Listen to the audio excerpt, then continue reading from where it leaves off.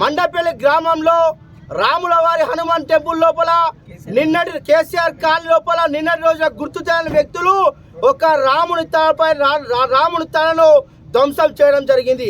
రాష్ట్రంలో చూసుకుంటా ఉంటే కేవలం హిందూ దేవాలయాల పైన, హిందూ ఆలయాల పైన అనేక దాడులు జరుగుతూ ఉన్నాయి. నిన్నటి రోజున అక్కడ ఉన్న కొంతమంది ముస్లిం చెందిన వాళ్ళందరికీ కూడా అక్కడ ఒక సంఘటన జరిగిన సందర్భంలో, అక్కడ వేడుకల సందర్భంలో అక్కడ పార్టీ చేసుకున్న ఆనవాళ్ళు కూడా నిన్న జరిగిన ఘటనలో ఉంది. వారే దాడి చేశారని అక్కడ కాలనీ వాసులందరూ కూడా తెలియజేస్తూ ఉన్నారు. ఇది ముమ్మాటికి ఇంటెన్షన్గా కావాలని హిందూ దేవాలయం పైన దాడిగా మేము తెలియజేస్తూ ఉన్నాం.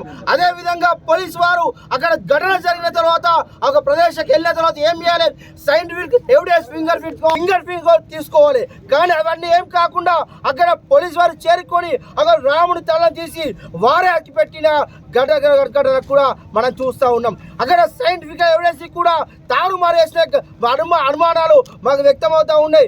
దీనిపైన జిల్లా కలెక్టర్ గారు కావచ్చు, అదేవిధంగా ఇక్కడ జిల్లా ఎస్పీ గారు మాకు సమాధానం చెప్పి దోషులను పట్టుకుని వారు శిక్షించే వరకు కూడా మేము కాలమని ఈ సాయం తెలియజేస్తాం.